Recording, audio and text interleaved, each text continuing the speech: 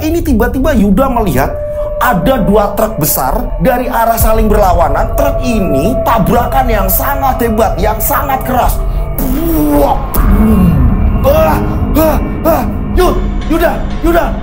Pak Jun pun berkali-kali manggil.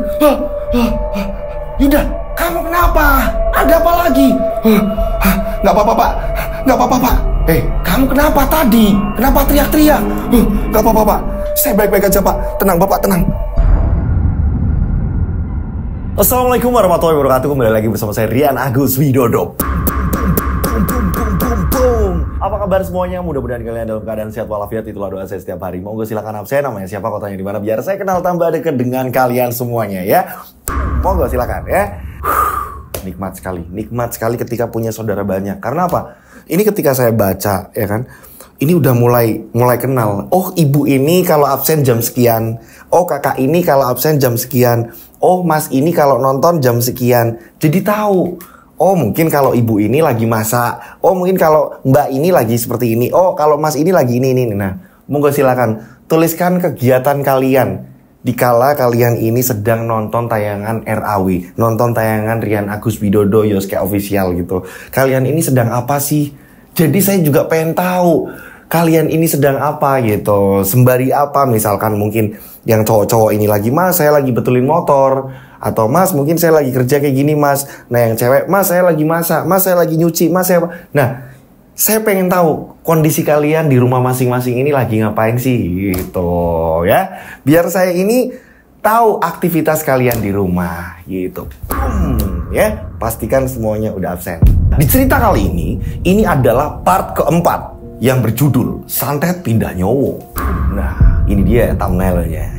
Pada saat itu ya kan, di part 3 di mana Yuda yang sudah melakukan perjalanan untuk menuju ke kampung halamannya, ini ada keanehan. Banyak menemui keanehan. Yang pertama, dia diputer-puterin masih ada di Jakarta. Yang kedua, kok tiba-tiba pintu yang sudah diteliti, sudah diamati, sudah dicek, pas berangkat ini udah dipastikan safety, ini aman, di jalanan pintu terbuka dengan sendirinya, belum dikunci dan diingatkan oleh seorang pengendara.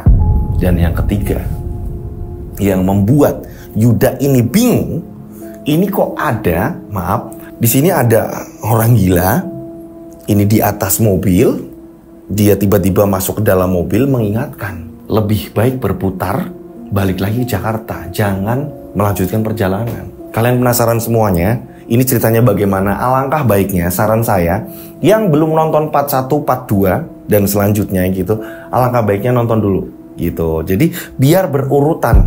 Kalian penasaran gak sih seperti apa ceritanya? Kenapa Yuda dilarang mudik justru malah sama orang gila? Tak perlu lama-lama lagi, kita langsung saja menuju ke ceritanya.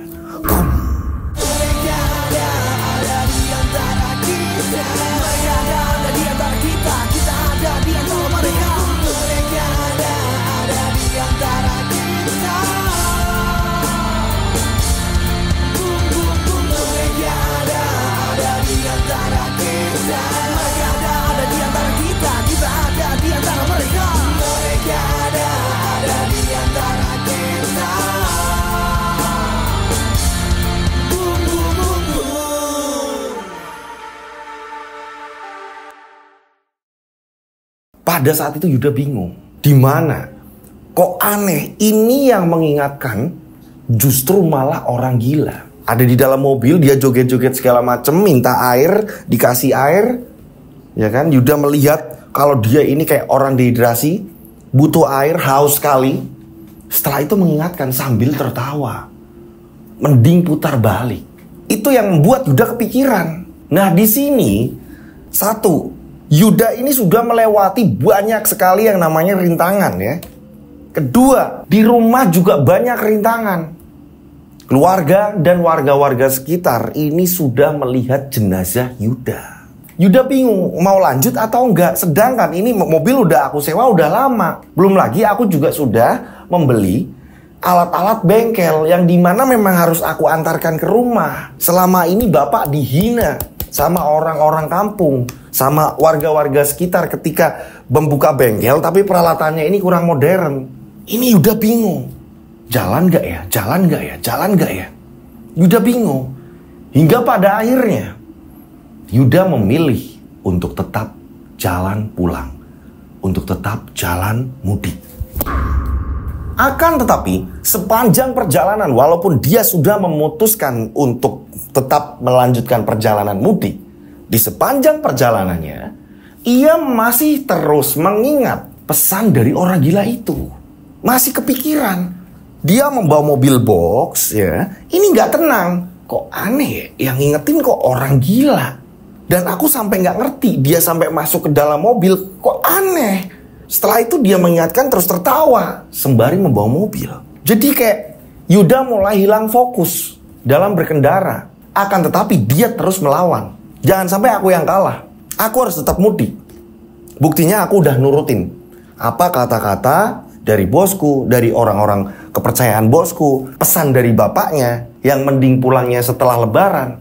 Udah, lanjut dia. Singkat cerita, perjalanan ini aman, tak ada kendala.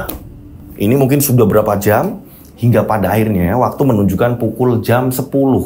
Yuda ngerasain yang ngantuk luar biasa. Dia lewatnya jalur Pantura, bukan tol. Makanya memang dia ini harus banyak berhentinya. Ketika ada kendaraan-kendaraan yang lalu lalang segala macam, dia banyak berhentinya gitu kan ya. Terus lampu merah segala macam gitu kan. Nah, ini sudah jam 10 malam, dia ngerasa ngantuk banget dan belum istirahat. Yuda terpaksa untuk menghilangkan rasa kantuknya, ini memutar musik yang ada di dalam mobil gitu kan ya. Yuda sambil berdendang mengikuti alunan musik biar nggak ngantuk. Anehnya, Yuda ini sudah berencana sebenarnya. Aku mau nyari warung kopi agar aku bisa istirahat, berhenti di situ, minimal ngopi, gitu kan ya, makan Indomie atau apa gitu kan ya. Ini sepanjang jalan, Yuda ini tidak menemukan itu. Kok nggak ada warung ya? Kok nggak ada warung? Aneh ini. Sepanjang jalan, Yuda ini tidak menemukan warung. Posisi sudah jam 10. Sedangkan Yuda ini ngantuk banget. Musik kembali dikencangkan. Saat musik ini lagi dikencangin, ini Yuda ini sembari nyanyi kan, tiba-tiba musik berhenti. Nah, saat musik berhenti, ini kayak gelombang radio yang sedang dipilih, ya. Ini tiba-tiba keluar suara, ikutin aku. Yuda langsung mengerem mendadak. Nah, belakang ini sampai bunyikan klakson, sampai sudah nyelip Yuda. Dan mengatakan, kamu gimana sih mas? Bisa-bisa kecelakaan kalau kamu ngerem mendadak kayak gitu. Ya pak, maaf pak. Yuda ke pinggir. Tiba-tiba ada suara nenek-nenek. Ikutin aku. Setelah semuanya ini pada lewat ya kan, udah pada maki-maki Yuda. Ini kembali musik kenceng. Alunan lagu lagi. Kok aneh ya? Tadi suara apa? Yuda melanjutkan perjalanan. Terus-menerus melanjutkan perjalanan. Yang Yuda gak habis pikir, masa iya gak ada warung di pinggir jalan? Ini Yuda udah lepas dari Jakarta jauh sekali. Kenapa pinggiran jalan gak ada warung? Aneh. Malam pun semakin larut. Yuda udah mulai ngantuk. Cemilan-cemilan ini sembari dimakan sekena-kenanya yang dia bawa agar dia gak ngantuk. Dia mulai melawan terus-menerus. Aku harus melawan. Mau ujian kayak apa, mau ada teror seperti apa, aku harus terus ngelawan. Aku harus cepat-cepat pulang, aku harus cepat-cepat sampai rumah.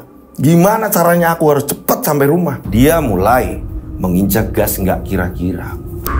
Ketika jalanan sepi, Yuda ini menginjak gas nggak kira-kira. Gimana caranya aku cepat-cepat pulang? Karena apa? Baru pertama kali ini Yuda mengendarai mobil, ya kan? Biasanya pulangnya ini naik bis segala macam. Ini tumben-tumbennya Yuda bawa mobil box dan baru kali ini perjalanannya yang bisa dikatakan panjang.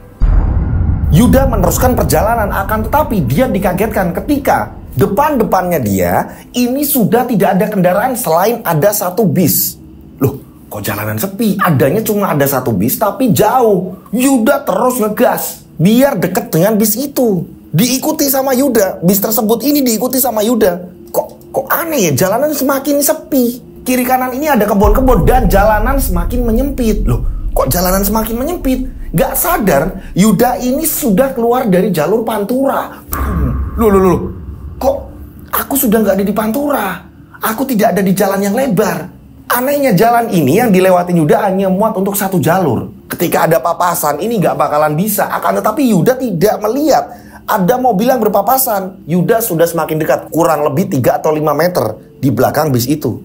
Yuda sudah berhasil ngejar. Nggak tahu kenapa tiba-tiba jalanan ini semakin sempit. Sampai-sampai 2 spion mobil Yuda ini mulai mengenai beberapa pohon. Serak. Ini menunjukkan bahwa jalan itu semakin menyempit. Anehnya jalan itu serasa halus aja udah. Dan Yuda ini melihat jalan sempit. Nah, bis ini semakin jauh. Yuda kejar terus. Yuda terus mengikuti bis itu. Akan tetapi nggak tahu kenapa Yuda melihat bis itu melenggang dengan enak. Padahal untuk ukuran bis dan mobil boxnya Yuda ini lebih besar bis. Ini kok bis yang di depan bisa melenggang enak. Sedangkan aku ini jalannya semakin sempit. Hingga pada akhirnya ini jauh dari bis itu. Semakin mengecil bis itu hilang. Saat bis hilang, Yuda ini kebingungan dan akhirnya Yuda ini tidak bisa jalan. Tiba-tiba ada yang menghentikan mobil boxnya Yuda. Yuda kembali ngegas nggak bisa. Mesin mobil yang dikendarai oleh Yuda mati. Mati. Yuda bingung lah kok kayak gini. Dan ketika Yuda melihat, kan ada lampu ya kan di mobilnya Yuda ini kan ada lampu gitu kan ya, nyorot ke depannya. Ini adanya jalan setapak. Lah, kok jalan setapak? Terus bis tadi lewat mana? Yuda bingung kan, loh kok jalan setapak di depanku? Bukannya tadi jalan yang luas. Ini semakin menyempit hingga pada akhirnya Yuda melihat ini jalan setapak. Dan mobilku sudah tidak bisa jalan. Aku ini lewat jalur mana? Coba bayangin kita lagi mudik malam-malam dan yang ada kita temui seperti itu. Apa yang akan kalian lakukan? Yuda bingung di situ. Yuda hanya bisa berdoa. Yuda yang lagi panik, tiba-tiba ada suara orang menggedor pintu. Yuda langsung menurunkan kaca tanpa Yuda turun.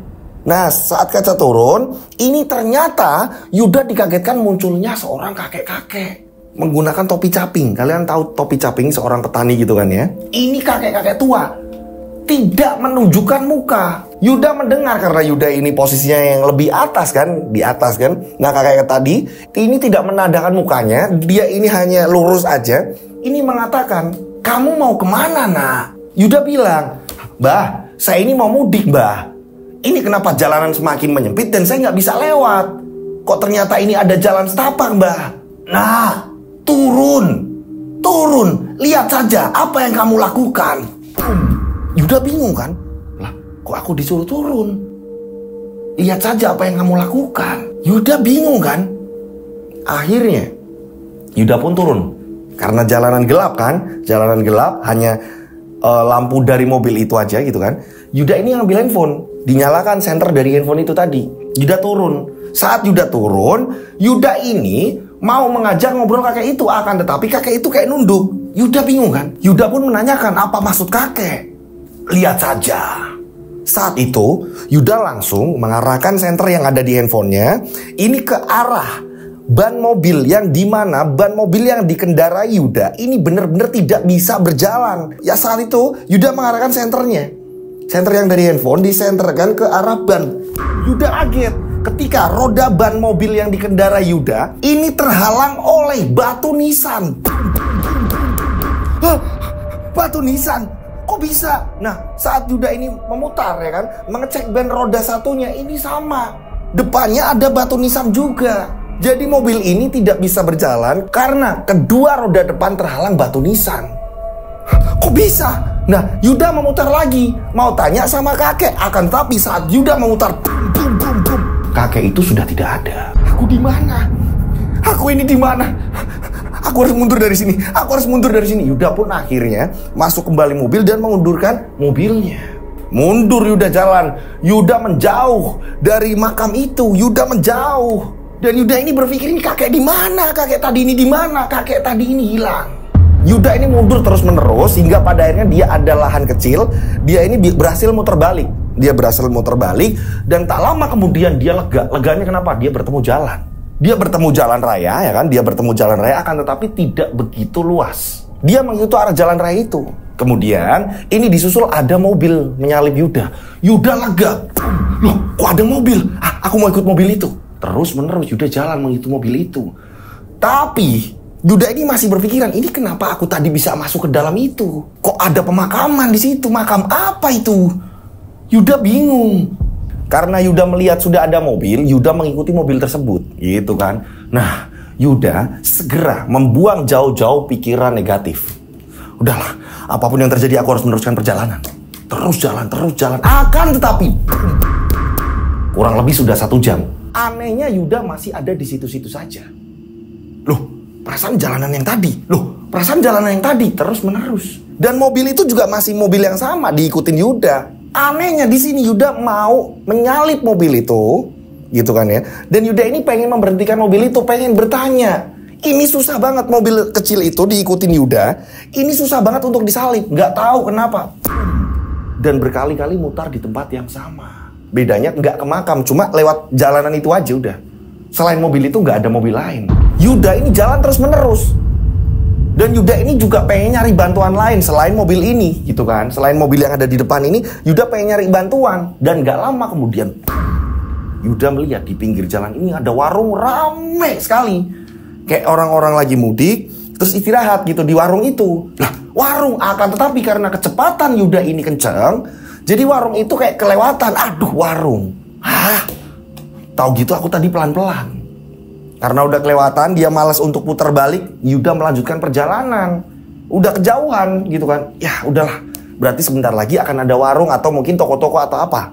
Mungkin aku bisa istirahat atau apa. Terus Yuda jalan.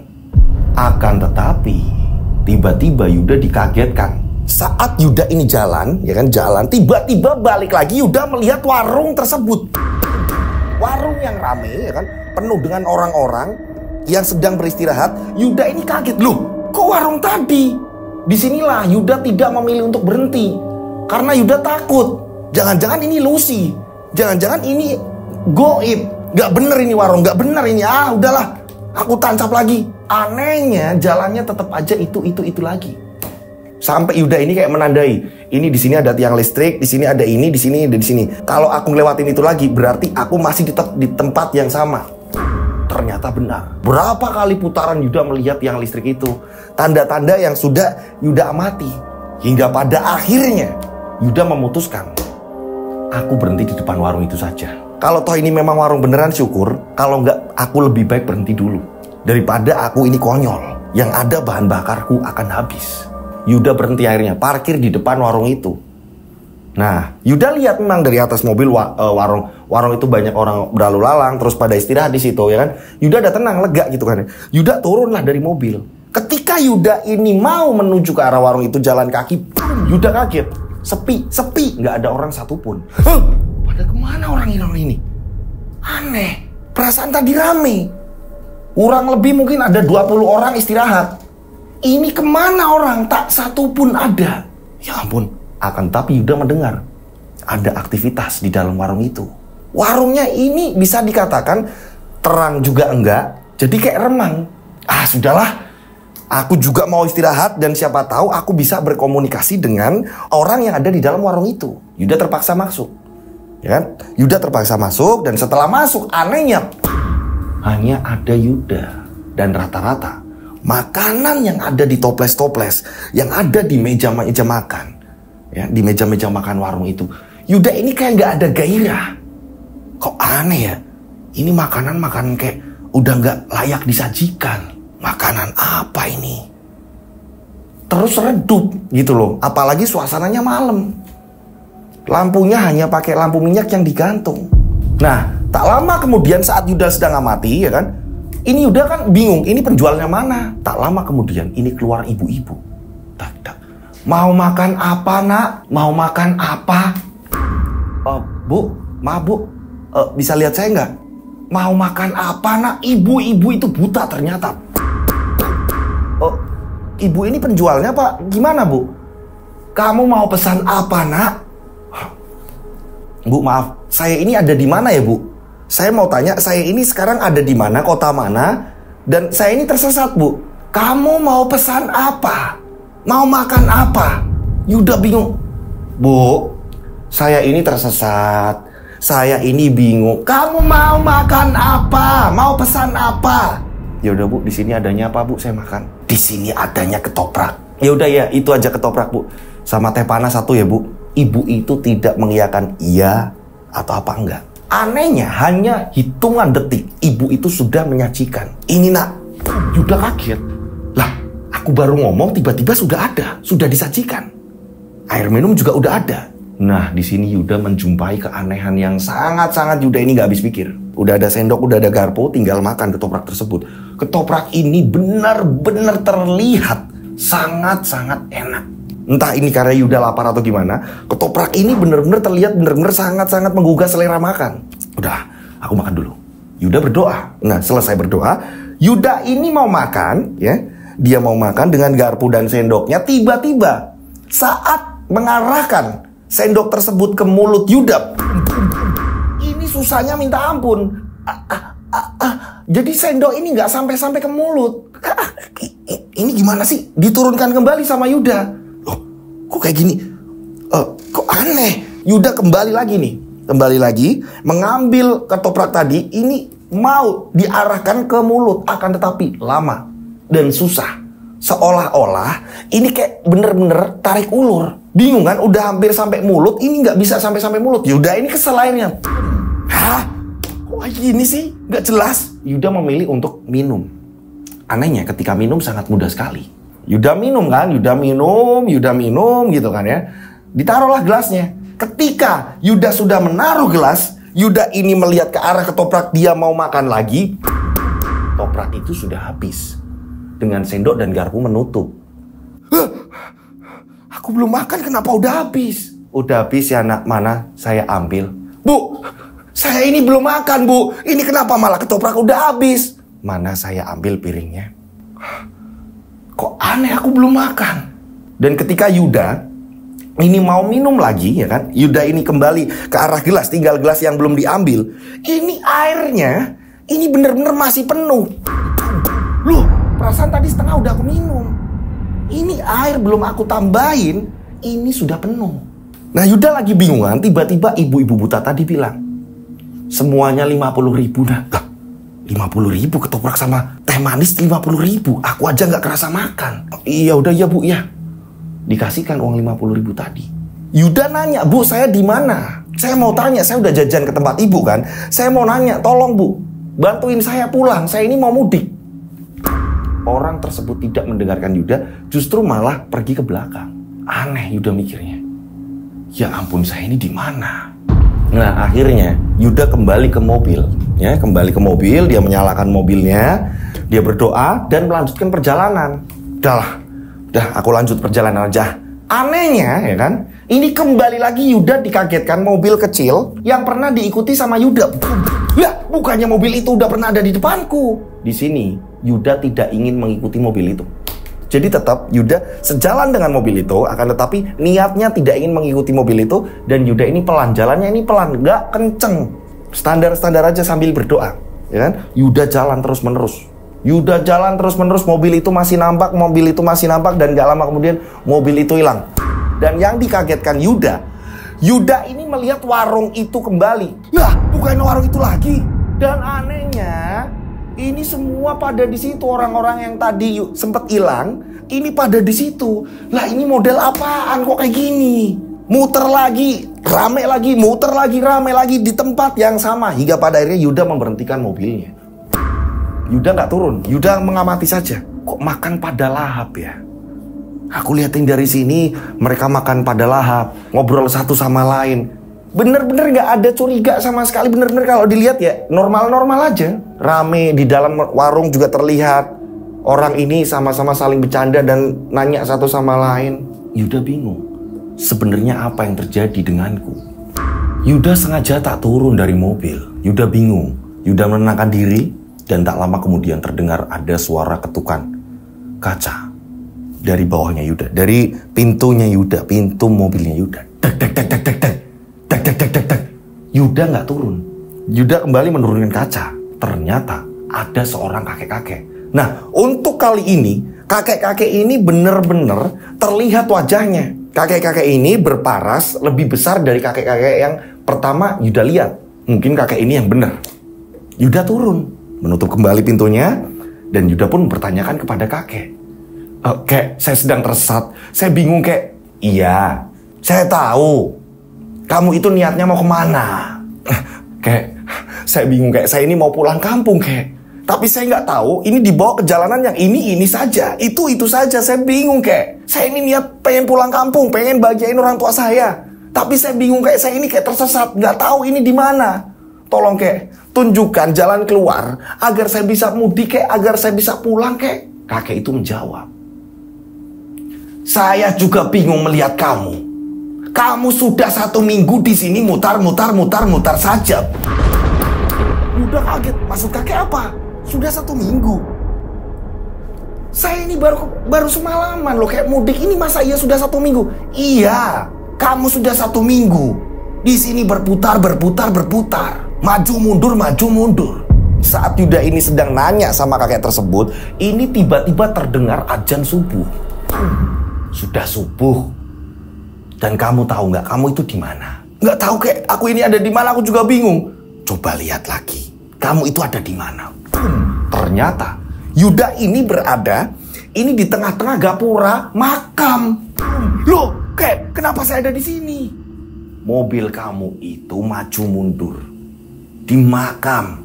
Separuh badan mobil kamu sudah di dalam, separuh badan mobil kamu ini ada di luar. Jadi sudah kamu maju mundur. Gak mungkin, kayak saya ini melihat, kayak saya ini jalan, ini buktinya kamu lihat sendiri. Kalau saya sudah 1 minggu di sini, kenapa kakek tidak mengingatkan saya dari awal? Berkali-kali kan saya berarti lewatin sini, kenapa kakek ini tidak menghentikan saya? Saya ini sudah mencoba menghentikan kamu, tapi kamu ini tidak pernah melihat saya. Dan sekarang kamu bisa melihat saya. Masa iya sih perasaan gak ada kakek ini? Selama saya jalan gak ada kakek ini. Yang ada kakek yang awal. Nah, semakin terang nih. Semakin terang karena udah subuh gitu kan. Semakin terang, Yuda ini kaget. Kalau memang di situ ada pemakaman. Lah, benar di sini makam. Tak lama kemudian Yuda ini melihat di seberang jalan itu. Jadi ada jalanan, memang gak begitu besar. Ini Yuda melihat ada seberang jalan. Ini ada warung. Warung yang dimana Yuda ini melewati dan Yuda sempat makan ketoprak di situ.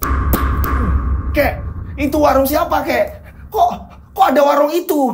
Aku sempat makan di situ. Akan tetapi bentuk dari warung itu ini udah mau hancur dan warung ini tidak jualan. Akan tetapi Yuda ini ngerti bentuk-bentukannya, Yuda masih inget. Aneh. Warung itu sudah roboh dan gak ada penghuninya. Tapi Yuda masih inget bentuknya. Kek, tapi kenapa ini rusak bentuknya, Kek? Ini warung apa dan saya ini di mana? Kamu tahu, warung itu sudah lama tidak jualan. Sudah lama kosong. Dulu yang jualan adalah seorang gadis buta, hidup dengan bapaknya. Akan tetapi, mereka berdua ini meninggal. Kek, yang benar, Kek. Saya ini kerasa makan di situ. Iya. Dia sudah meninggal. Ada komplotan para preman yang datang ke situ, memperkosa dan menghabisi penjual dan bapaknya. Berarti semalam ibu-ibu buta itu? Ya, gadis itu buta. Yuda bingung. Ya ampun, ini aku itu ada di mana? Kek, numpang tanya nih. Kalau kakek sendiri ini siapa? Saya Wasno. Kamu bisa panggil saya Mbak Wasno. Saya dipercaya warga di sini. Saya mengemban tugas untuk menjaga makam ini. Karena makam ini sering disalahgunakan oleh warga-warga sekitar, bahkan pendatang, untuk meminta pesugihan, untuk lelakon pesugihan, untuk merubah hidup mereka dengan cara yang salah. Hingga pada akhirnya, ya kan, kakek itu mengarahkan Yuda, lebih baik kamu mundurkan mobil itu agar tidak di tengah-tengah gerbang makam. Ya kek. Nah, Yuda mengundurkan mobil. Ya kan? Setelah Yuda mengundurkan mobil, Yuda ini sudah berada di jalan yang benar. Yuda ini turun, mau mengucapkan terima kasih. Ketika Yuda turun, boom, kakek ini sudah tidak ada. Kek, Mbah Wasno, Mbah. Bingung Yuda. Kok aneh, ini makam apa? Dan ini tempat apa? Hingga pada akhirnya, ya kan, Yuda ini udah berpikir, ini kayak bingung ini, udah kacau ini, udah kacau. Akan tetapi ini karena udah habis subuh, jalanan udah mulai terlihat dan Yuda melihat kiri kanan sawah yang luas. Ini udah ada di jalanan, akan tetapi bukan jalan raya.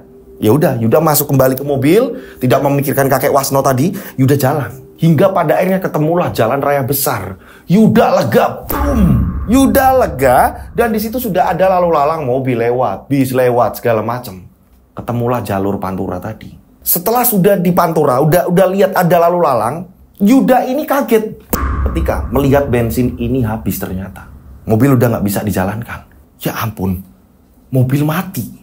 Nah, ketika Yuda ini mau mengambil handphone, dia ini mau membuka handphone, Yuda pun kaget. Handphone juga mati. Lah, handphone juga mati. Ini harus gimana?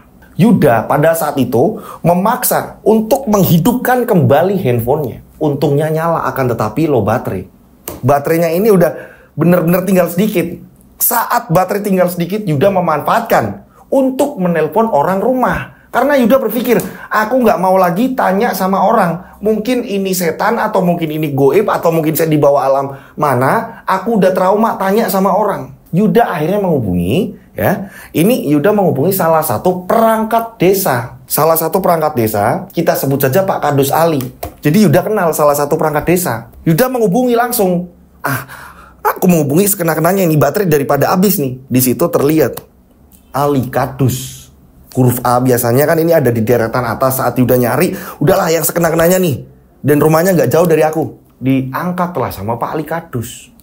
Halo Yud, ada apa Yud? Pak Ali, nanti saya jelaskan di rumah. Yang jelas saya ini tersesat. Saya ini dibawa ke alam goib, nggak jelas. Saya ini nggak ngerti jalan keluar di mana. Nanti bapak saya share lokasi. Ya. Kak, kamu posisi gimana? Udah Pak, nanti saya jelaskan. Intinya saya tersesat. Ini nanti saya share lokasi. Kasih tahu keluarga saya, tolong Pak jemput saya. Nah, saat share lokasi, HP pun mati. Tapi sebelum mati, Yuda sempat melihat tanggal. Memang benar, ini sudah 1 minggu. Dan di situ handphone ini panggilan tak terjawab banyak sekali dan handphone mati. Yuda sudah tidak percaya lagi dengan orang lalu lalang datang. Untung sudah di pinggiran jalan.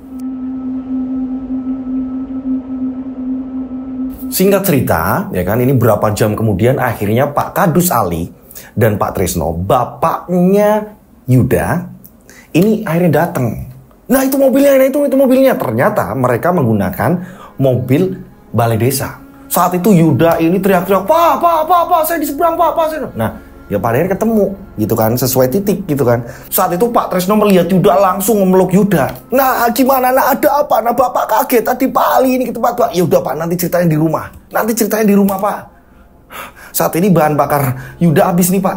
Pak Kadus anterin saya Pak, beli bensin Pak. Akhirnya, Pak Kadus Ali ini beli bensin dengan si Yuda. Nah, Pak Tresno, bapaknya Yuda, ini jagain mobil Yuda. Jalanlah mereka berdua menuju ke pom bensin. Anehnya ya kan, ini saat mereka jalan, Yuda merasakan ini dunia nyata.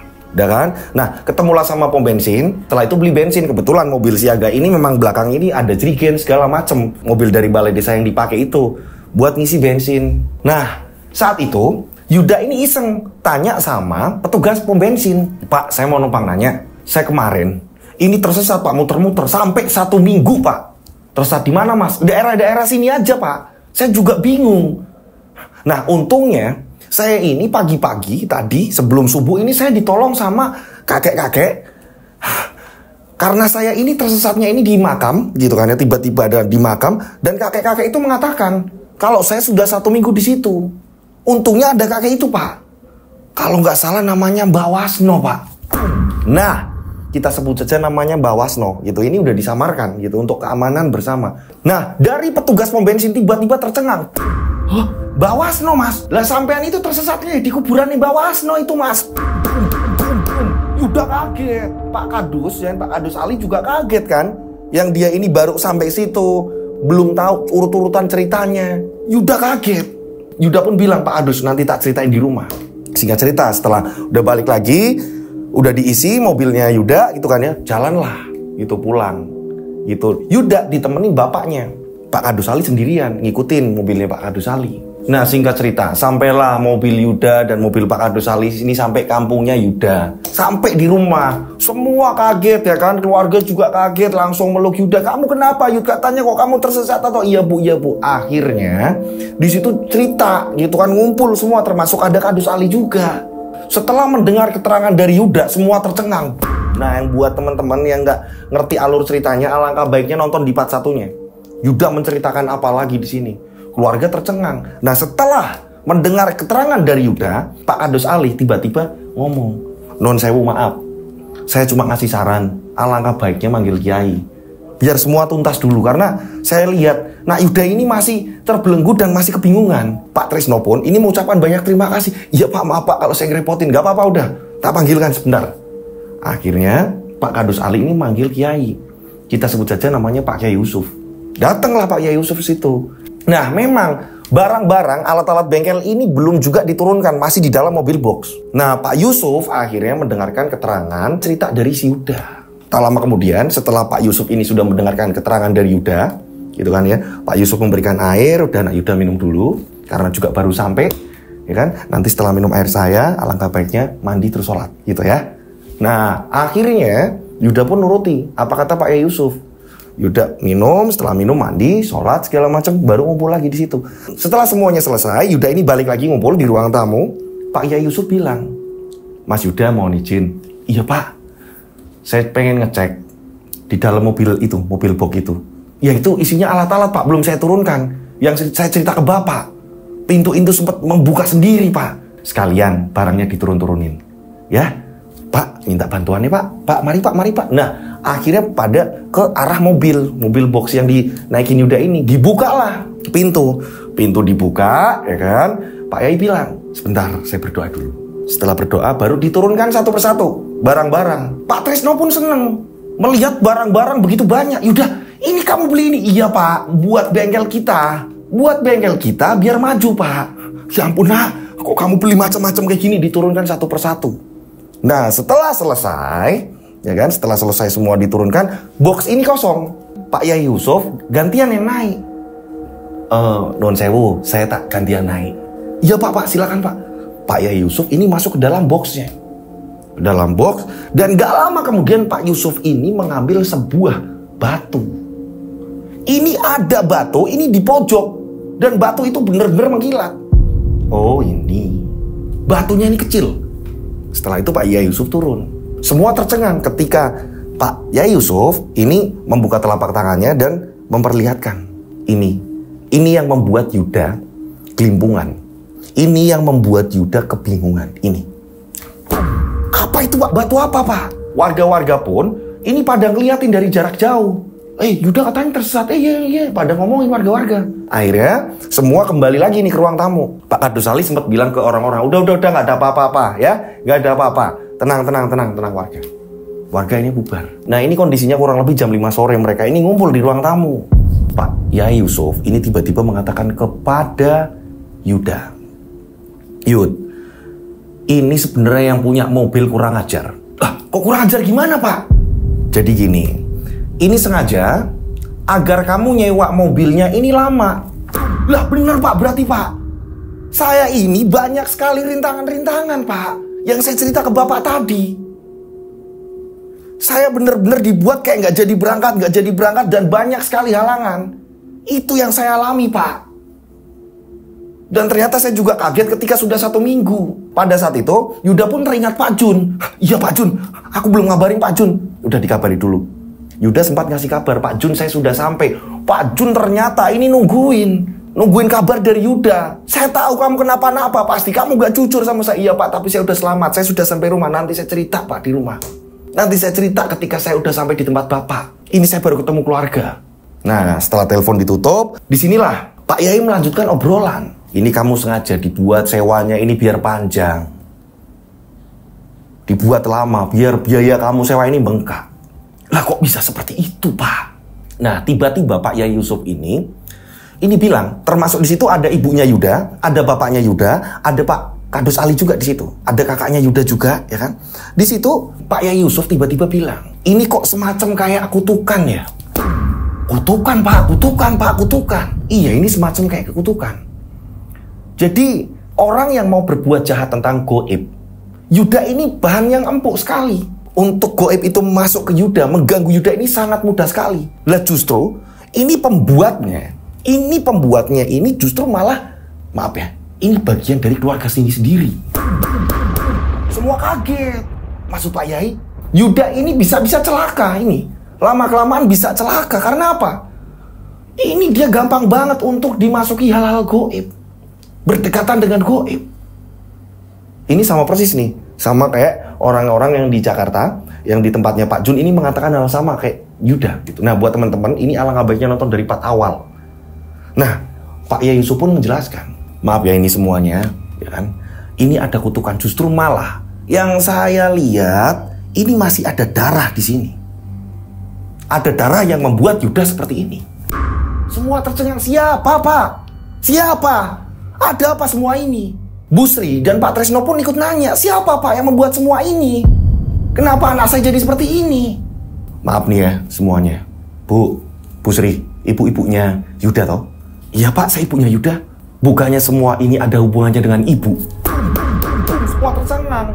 Nah, Pak Tresno dan Yuda ini semua ngomong, Bu, maksudnya apa? Ibu yang melakukan semua ini? Ibu yang membuat Yuda celaka? Bu Sri bingung. Saya nggak ngerti Pak. Ada apa semua ini? Nah, Pak Yusuf pun mengatakan, Bu, alangkah baiknya Ibu harus menceritakan. Karena ini ada sangkutannya dengan Ibu. Lebih baik jujur, Bu.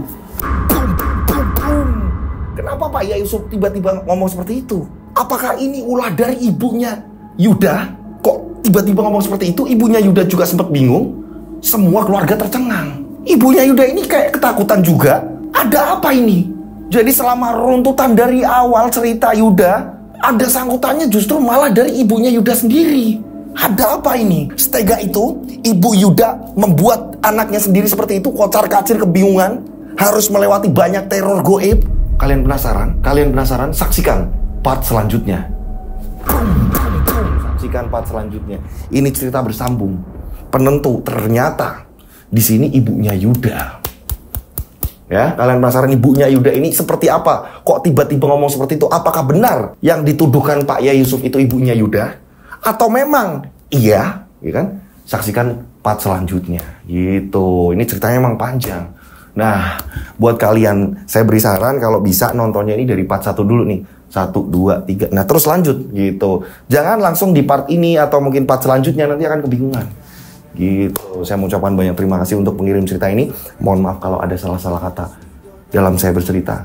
Makanya saya potong-potong part karena panjang banget, agar saya ini tenaganya ini tidak terkuras gitu kan ya, biar bisa untuk syuting selanjutnya gitu, karena panjang banget dan mengerikan. Nah, di part selanjutnya adalah penentu. Kenapa Yuda bisa tersesat seperti itu? Gitu ya. Nah, buat teman-teman yang di rumah punya pengalaman misteri, punya cerita yang sangat mengerikan gitu kan ya, punya sesuatu yang pengen dibagikan, entah itu pengalaman sendiri atau mungkin pengalaman dari tetangga atau mungkin saudara segala macam mengenai horor, misteri, gaib segala macam, kalian bisa ngirimkan di channel Rian Agus Widodo. Caranya gimana? Caranya gampang sekali.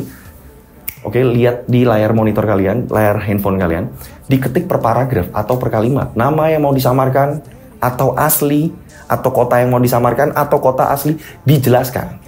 Ya, jangan sampai di kemudian hari jadi masalah gitu. Nah, konfliknya seperti apa? Urut-urutan cerita seperti apa? Horornya seperti apa? Penampakannya seperti apa? Dikirim per paragraf atau per kalimat. Sekali lagi, dikirim per paragraf atau per kalimat. Jadi jelas. Oke? Nah, kirimnya kemana? Kalian bisa kirim ke DM Instagram saya @dodosinjo, atau kalian bisa kirim ke nomor WhatsApp saya 085870433336. Tiganya 4 kali. Saya ulang, 085870433336. Tiganya 4 kali. Oke. Saya berdoa mudah-mudahan penimpa channel Rian Agus Widodo ini banyak rezeki melimpah. Amin. Selalu dilindungi Allah Subhanahu wa taala. Amin. Dijauhkan dari mara bahaya. Amin. Ini yang lagi usaha ini mudah-mudahan diperlancar usahanya. Amin. Ya kan? Yang lagi banyak utang, mudah-mudahan dilunasi utangnya. Amin. Panjang umur, sehat selalu. Amin. Akhir kata, saya Rian Agus Widodo mengucapkan wassalamualaikum warahmatullahi wabarakatuh. Mereka ada di antara kita. Mereka ada di antara kita. Subscribe channel Rian Agus Widodo, kisah misteri. Ada di antara kita. Nyalakan lonceng, notif, tinggalkan komen, share. Mereka ada di antara kita. Mereka ada di antara kita. Kita ada di antara mereka. Mereka ada di antara kita. Mereka ada di antara kita. Mereka ada di antara kita. Kita ada di antara mereka. Mereka ada di antara kita.